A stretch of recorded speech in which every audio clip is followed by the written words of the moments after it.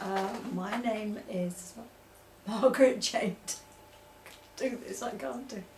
My name is Margaret Jane Taylor.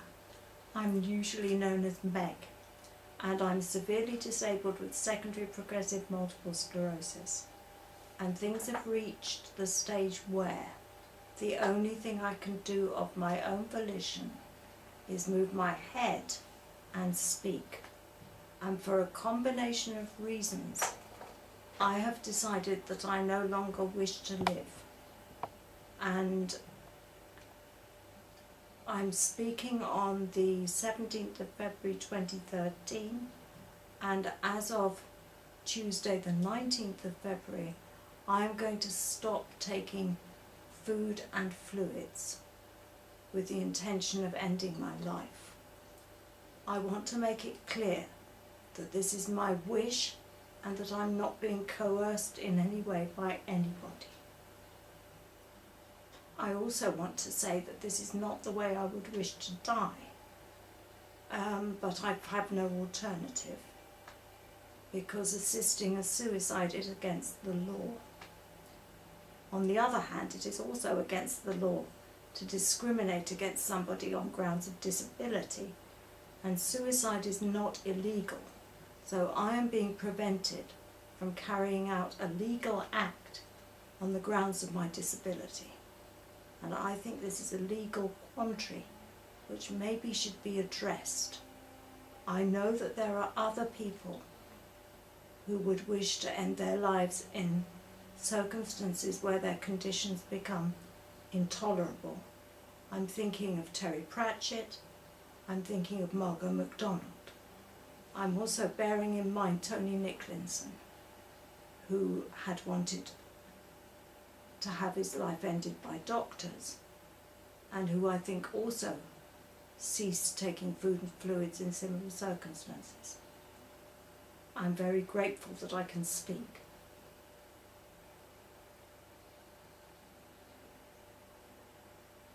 I've gone off, I've forgotten what I was going to say.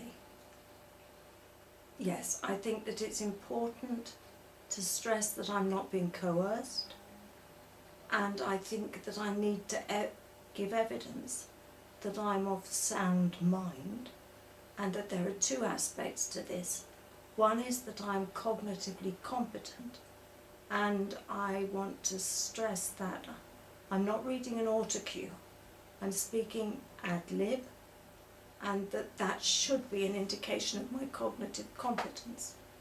I also think that the other aspect of sound mind is that I'm not suffering from any kind of mental illness, and I don't think that there is any psychiatrist in the country who would consider me to be mentally ill.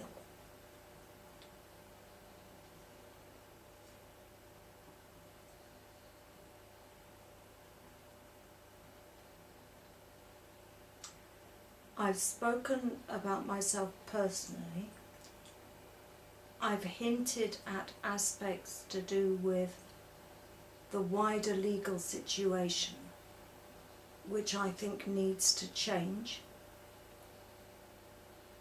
There is something else in broader terms that I want to say, which is that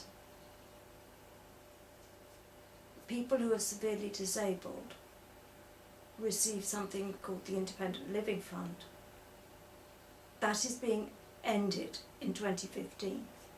They are not taking on any new clients, and they are not increasing provision to clients with degenerative conditions as their conditions degenerate. So that's going in 2015. In April of this year, the Disability Living Allowance is going, and there's been a lot of sentimental tosh talked about the Paralympics and how wonderful it was, and how people with disabilities would never be seen the same way again. And a lot of those Paralympians were saying that they could only do what they did because of the Disability Living Allowance. That is going in April. Full stop, bye-bye. And people of working age, and I'm considered of working age because I'm 60, are going to be reassessed and put to work. if they can work, not that there is any work. And these measures are being taken by a government who is also, well, I'm evidently lost for words, and I think, my feeling about this is that it is willful sadism on the part of this government, and that they are doing things that will seriously damage people with disabilities.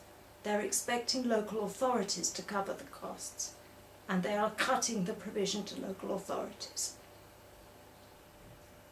That's about that. Okay, is there anything else I need to say?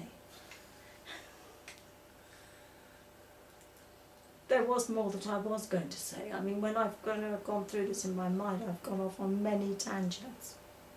And I haven't been as concise as I should have been. And I haven't sufficiently excoriated this government, because I haven't got the words to do so.